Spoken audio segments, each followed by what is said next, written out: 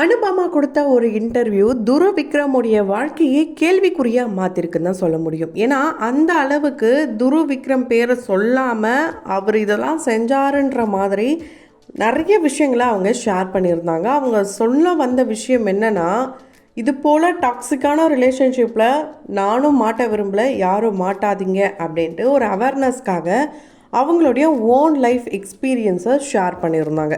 So இந்த நிலையில் துரு ஒன்றுமே பேசலையே, என்னாச்சு, அப்போ அது எல்லாமே உண்மைதானான்ற மாதிரியான கேள்விகள் வந்துட்டு இருந்தது. அது எல்லாத்துக்குமே பதிலடி கொடுக்குற வகையில் இப்போது ஒரு பொது மேடையில் அது எல்லாத்துக்குமே ரிப்ளை கொடுத்துருக்காரு. ஸோ அவர் என்ன சொல்லியிருக்காரு அண்டு அவரை பற்றி ஒரு முக்கியமான ரொம்பவே ஃபேமஸான யூடியூபர் அண்டு பத்திரிக்கையாளர் இவங்களாம் என்ன சொல்லியிருக்காங்க, இது எல்லாத்தையும் தொடர்ந்து வீடியோவில் பார்க்கலாம். அதுக்கு முன்னாடி இது வரைக்கும் நம்ம சினி சமூகம் சேனலை சப்ஸ்கிரைப் பண்ணலைன்னா மறக்காமல் சப்ஸ்கிரைப் பண்ணிவிடுங்க. கூடவே பக்கத்தில் இருக்க பெல் ஐக்கனையும் மறக்காமல் ப்ரெஸ் பண்ணிவிடுங்க. துரு விக்ரம் என்ன சொன்னார், துரு விக்ரம் எங்கே போனார், இந்த போல் கேள்விகள் இருக்கும். ஸோ அனுபமா என்ன சொல்லியிருப்பாங்கன்னா, 2 வருஷமாக நான் ரொம்பவே டாக்ஸிக்கான ரிலேஷன்ஷிப்பில் ஒரு சைக்கோத்தனமான ஆளுக்கிட்ட மாட்டி சிக்கி தவிச்சு திணறிட்டு இருந்தேன். அவர் என்னுடைய ஃபோட்டோவை கூட எப்படியெல்லாம் கேவலப்படுத்த முடியுமோ அந்த அளவுக்கு படுத்துவார். நான் செய்யாத விஷயங்களை நான் தான் செஞ்சேன்ற மாதிரி பழிகளை என் மேலே போடுவார். ஒரு நாள் அந்நியன், ஒரு நாள் அம்பி, ஒரு நாள் ரெமோவாக என் முன்னாடி இருப்பார். என்னை எந்த ஒரு ப்ரோக்ராமுக்கும் ஈவெண்ட்டுக்கும் அனுப்ப மாட்டார். என்னை ரொம்பவே டார்ச்சர் பண்ணார். நிச்சயதார்த்தம்லாம் நின்று போச்சு, திருமணம்லாம் வேண்டாம் முடிவு பண்ணிட்டோம். இப்படிப்பட்ட சூழலில் தான் நான் இந்த மாதிரியான ஒரு பொசிஷனில் இருக்கேன்ற மாதிரி அவங்க சொல்லியிருந்தாங்க. ஸோ அவங்க இதெல்லாம் சொல்லும் போது நிறைய பேர் துருவை தான் நினச்சாங்க. அண்டு ஒரு சில பத்திரிகையாளர்கள்லாம் என்ன சொன்னாங்கன்னா, அது துரு தான், இதில் எந்த ஒரு மாற்றமும் கிடையாது, சந்தேகமும் கிடையாது அப்படின்லாம் நம்ம சேனல்லையும் அந்த பத்திரிகையாளர்கள் சொன்ன விஷயங்களை சொல்லியிருந்தோம். ஸோ துரு பார்க்கும்போது ரொம்பவே சைலண்ட்டாக இருப்பார், அவரை பார்க்கவே அந்நியன்மார் தான் இருப்பாருன்ட்டு நான் சொல்லலைங்க. எவ்வளோ பேர் ஃபேன்ஸாக இருக்காங்க, குறிப்பாக கேர்ள்ஸ் ஃபேன்ஸாக இருக்காங்க. அப்படி இருக்கும்போது அவரை பார்க்க அந்நியன் அப்படின்னு சொல்லியிருக்காரு. ஷேக்வாரா அப்படின்ற ஒரு நபர், அவர் பிரபலமான ஒரு நபர் அண்ட் யூடியூப்பில் நிறைய விமர்சனங்களை முன் வச்சிட்ருக்காரு. அவர் தான் தேவையில்லாத விஷயங்களை அனுபமா மேலேயும் துரு மேலேயும் சொல்லியிருக்காரு. குறிப்பாக அவங்க 3 மாதம் ப்ரெக்னெண்ட்டாக இருந்தாங்க, கரு கலைச்சிருந்தாங்க. துருவுக்கு வேற ஒருத்தவங்க மேலே தவறான உறவு, இது போல் விஷயங்கள்லாம் அவருக்கு தெரியாமலே ஏன் சொன்னாருன்னு தெரியல. ஏன்னா அவர் சொல்லும் போதே நான் துருக்கிட்டலாம் பழகலை, பேசலை, சாரி இப்படிலாம் தெரியாமலாம் பேசக்கூடாதுன்னு ஒரு வீடியோவில் சொல்லியிருக்காரு. இன்னொரு வீடியோவில் இதுதான் நடந்திருக்குன்னு அவராக ஒரு அசம்ஷன்லாம் சொல்லியிருக்காரு. இன்னொரு வீடியோவில் இதுதான் நடந்தது அப்படின்ற விஷயங்கள்லாம் சொல்லியிருக்காரு. எது நடந்தாலும் என்னை பற்றி எனக்கு தெரியும், என் வாழ்க்கையை பற்றி எனக்கு தெரியும்ன்ட்டு எல்லார் வாயும் அடைச்சிருக்காரு துரு விக்ரம். ஆமாங்க, ஒரு ஈவெண்ட்டுக்காக துரு விக்ரம் அவர்கள் போயிருக்காரு. துரு விக்ரம் மட்டுமல்ல, இந்த ஈவெண்ட்டை தொடங்கி வைக்கிறதுக்காக நம்மளுடைய சிஎம்மான ஜோசப் விஜய் அவர்களும் போயிருக்காரு. அவர் போகும்போதே துரு விக்ரமும் அங்கே இருந்ததுனால அவர் ஹக் பண்ணி அவர்கிட்ட கொஞ்சம் பேசியிருக்காரு. இதெல்லாம் தப்பு அப்படின்ட்டு அவர் சொன்னதாக ஒரு சில சேனல்ஸில் ஹெட்லைன்ஸாக கூட பார்க்க முடியுது. ஆனால் அவர் அந்த மாதிரிலாம் எதுவும் பேசி நம்ம பார்க்கல. ஹக் பண்ணார், கை கொடுத்தாரு, இது மட்டும் தான் நம்ம இந்த வீடியோவில் பார்க்க முடிஞ்சுது. இதை தொடர்ந்து துரு விக்ரம் கிட்ட சில கேள்விகள்லாம் கேட்டிருந்தாங்க. முதல் கேள்வியாகவே சிஎம் விஜய் அவர்களை இன்றைக்கி சந்திச்சிட்டிங்களே, ரொம்ப சந்தோஷமாக இருக்கீங்களா, எப்படி ஃபீல் பண்ணுறீங்கன்னு தான் கேட்டிருப்பாங்க. அப்படி பேச ஆரம்பித்தா துரு விக்ரம் அவர்கள் என்ன சொல்லியிருக்காருன்னா, சிஎம் விஜய் சார் நான் ரொம்ப ரொம்ப பிக் ஃபேன் ஆகிட்டேன். அண்டு இப்போ இருந்து கிடையாது, சின்ன வயசுலேருந்து அவருடைய பிக் ஃபேன் தான். இப்போ சிஎம் மேலே பிக் ஃபேனாக மாறிட்டேன். ஏன்னா அவருடைய கெரியர் கிராஃப் எப்படி இருந்தது எனக்கு தெரியும். ஆரம்பத்தில் எப்படி இருந்தார், இப்போ எப்படி வேற ஒரு பரிமாணத்தில் அவரை பார்க்க முடியுது.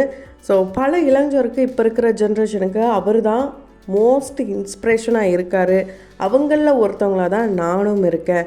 ஸோ கண்டிப்பாக இந்த 100 நாளில் அவர் நிறைய விஷயங்கள் பண்ணியிருக்காரு. சிஎம் விஜய் அவர்களுக்கு நான் தலை வணங்குகிறேன் அப்படின்ட்டு ரொம்பவே ஹாப்பியாக ஷேர் பண்ணியிருந்தார். அதை தொடர்ந்து உங்கள் லவ் லைஃப் இது போல் விமர்சனங்கள்லாம் வருது, இதெல்லாம் பற்றி என்ன நினைக்கிறீங்கன்னு கேட்டால் அவர் சொன்ன பதில் ரொம்பவே மெச்சூர்டாக இருந்தது. என்னென்னா, ஒரு சினிமாக்காரங்களாக நம்ம மாற போகிறோம் அப்படின்னு தெரிஞ்சாலே நம்மளுடைய மைண்ட் செட் எப்படி இருக்கணும்னா, மக்கள் என்ன பேசுவாங்க, மற்றவங்க என்ன விமர்சனம் பண்ணுவாங்க, அது நம்மளுடைய பர்சனல் லைஃபாக இருந்தாலும் சரி, ப்ரொஃபஷ்னலாக இருந்தாலும் சரி, அதெல்லாம் நம்ம ஒரு வேலையோட ஒரு அங்கம், ஒரு பகுதியாக தான் பார்க்கணுன்றத மைண்டில் ஏற்றிக்கணும். அதே மாதிரி நம்மளை பற்றி நமக்கு தெரியும், என்னை பற்றியும் எனக்கு தெரியும். அப்படி தெரிஞ்சாதான் சில விமர்சனங்களை நம்ம ஏற்றுக்கவும் தேவையில்லை, அதை ஒன்றும் இல்லைன்னு தூக்கி போட்டு போகலாம். அதையும் தாண்டி இப்போ நடந்துகிட்ருக்க இந்த ஒரு டஃப்பான சுச்சுவேஷனில் நான் ஒன் மேன் ஆர்மியாக தான் இருக்கேன். எனக்கு பிடிச்சவங்க கூட எனக்கு என்ன தேவைன்றத நான் அடுத்த லெவலுக்கு கொண்டு போகிறது, என்னுடைய வளர்ச்சிக்கு முக்கியத்துவம் எதெல்லாம் கொடுக்கணுமோ அதை கொடுத்துட்ருக்கேன். அண்ட் அது மட்டும் இல்லாமல் இப்போ நடக்கிற இந்த சூழல் என் மனசை காயப்படுத்தலை, இந்த விமர்சனங்கள் என்னை எதுவும் பண்ணலை அப்படிலாம் சொல்ல முடியாது. ஸோ சில விஷயங்கள் நம்மளையும் தாண்டி நம்ம மனசில் போயிட்டு ரொம்பவே காயப்படுத்தும். அந்த மாதிரி தான் பார்க்குறேன். இருந்தாலும் இதிலேருந்து கண்டிப்பாக நான் மீண்டு வந்துடுவேன். ஸோ எனக்குன்ட்டு கிட்டத்தட்ட ஒரு 7 to 8 இயர்ஸாக ஆதரவு தெரிவிச்சுட்டு வர எல்லாருக்குமே நன்றி அப்படின்னு அவரு சொல்லியிருக்காரு. ஸோ உண்மையாலே துரு விக்ரம் அவர்கள் இவங்களுக்கு தான் பதிலடி கொடுத்தாரான்னு கேட்டிங்கன்னா டைரெக்டாக கொடுக்காம இன்டைரக்டாக தான் கொடுத்துருக்காரு. அவர் விமர்சனங்களை நம்ம எப்படி பார்க்கணும், நம்ம ஒரு சினிமாக்காரனாக இருந்தால் எப்படிலாம் நடந்துக்கணுன்றத காமனாக சொல்லியிருக்காரு.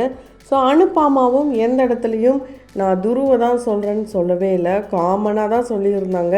அவங்களுடைய முன்னாள் காதலான பற்றிலாம் கூட அவங்க பேசியிருந்திருக்கலாம். ஆனால் ஒரு நல்ல வளர்ந்து வரும் நடிகர் அண்டு இப்போ எப்படி ஆயிடுச்சுன்னா நெப்போட்டிசம், இந்த நெப்போகிட் அப்படின்ட்டு இவர் மேலே சில விஷயங்களை திணிக்க ஆரம்பிக்கிறாங்க. ஏன்னா அனுப்பமாவை பொறுத்த வரைக்கும் அவங்களுடைய பேக்ரவுண்ட் எடுத்தோன்னா இவங்க தான் இருக்காங்க, இவங்க தான் அடுத்த ஸ்டேஜ், இவங்களாம் அடுத்த ஜென்ரேஷன் அப்படின்ற மாதிரி இருக்கிறதுனால இப்போ துரு விக்ரம் அவர்கள் கூட ஒப்பிட்டு சம கேள்விகளையும் சில விமர்சனங்களையும் முன் வச்சுட்டு வராங்க. உண்மையாலே அது எல்லாத்துக்குமே ஒரு பதிலடி கொடுத்துட்டாரு. அண்டு இப்போ வரைக்கும், அதாவது அவங்க 2 வருஷமாக இந்த டாக்ஸிக்கான ரிலேஷன்ஷிப்பில் இருந்தேன்னு சொல்லியிருக்காங்க. ஆனால் ஒரு விஷயத்த புரிஞ்சுக்கணும், இப்போது இந்த படம் வந்ததுக்கப்புறம், இந்த பைசன் படம் வந்ததுக்கப்புறம் அவங்களுடைய இந்த நெருக்கமாக இருக்கட்டும், இவங்களுடைய ஃபோட்டோஸ், வீடியோஸ், போஸ்ட், அவங்க பப்ளிக்காக இருக்கிற நிறைய விஷயங்கள் எல்லாமே நல்ல ஒரு ஃப்ரெண்ட்லி டைப்பாக தான் இருந்துகிட்டு இருந்தது. அப்படி டாக்ஸிக்காக இருந்திருந்தால் அவங்க ஒன்றா எங்கேயும் போயிருக்கிறதாவில்ல. அண்டு பொய்யா கூட சிரிப்பு வராது. இவங்க ரொம்ப ஜாலியாக இருந்தாங்க. நிறையா அன்கட் வீடியோஸ்லாம் பார்க்க முடிஞ்சுது. ஸோ அப்படி இருக்கும்போது அனுப்பாமல் இவரை சொல்லலைன்னு ஒரு பக்கம் சொல்கிறாங்க, இன்னொரு பக்கம் இவர் தானும் சொல்கிறாங்க. ஆனால் இது வரைக்கும் அனுப்பாமல் யாரை குறிப்பிட்டு பேசுகிறாங்கன்னு எந்த இடத்துல மென்ஷன் பண்ணல.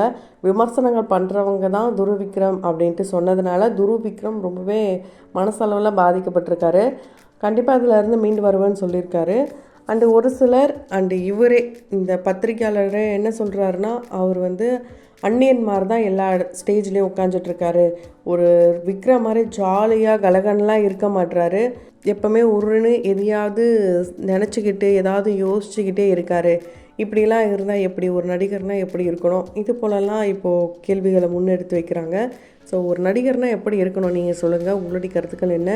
துரு விக்ரம் தான் இது எல்லாத்துக்கும் காரணமாக இருப்பாரா? அண்ட் இவங்க வச்சுருக்க இந்த அலிகேஷனுக்கு துரு விக்ரம் சைட்லேருந்து ஒரு பதிலடி வந்திருக்கு. இதை பற்றியும் என்ன நினைக்கிறீங்க? ஸோ தொடர்ந்து வீடியோஸ்லாம் பார்க்கணும்னு நினச்சிங்கன்னா உடனே நம்ம சினி சமூகம் சேனலை சப்ஸ்கிரைப் பண்ணிவிடுங்க. கூடவே பக்கத்தில் இருக்க பெல் ஐக்கனையும் மறக்காமல் ப்ரெஸ் பண்ணிவிடுங்க.